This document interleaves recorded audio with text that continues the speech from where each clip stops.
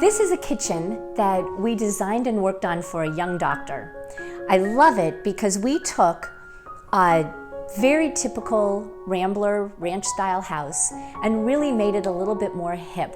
We took down 2 walls to open it up so that there would be a great entertaining space. We used a countertop that was light so that the space felt bright and airy. He wanted to be able to socialize when he entertained and cooked, so we have the cooktop and the range kind of right in the center. And we have a hood hanging down, which very often people are afraid to do because they're afraid it will block the view. But in this case, with all this openness, it actually helps us define the space.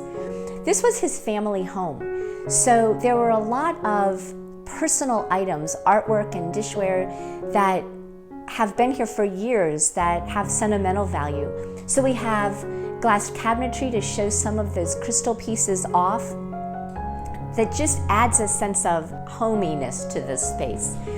The light that is above the kitchen sink is a hand-blown fixture that was made locally. The back door came in right into the kitchen before. There was no mudroom. We needed to create a drop zone.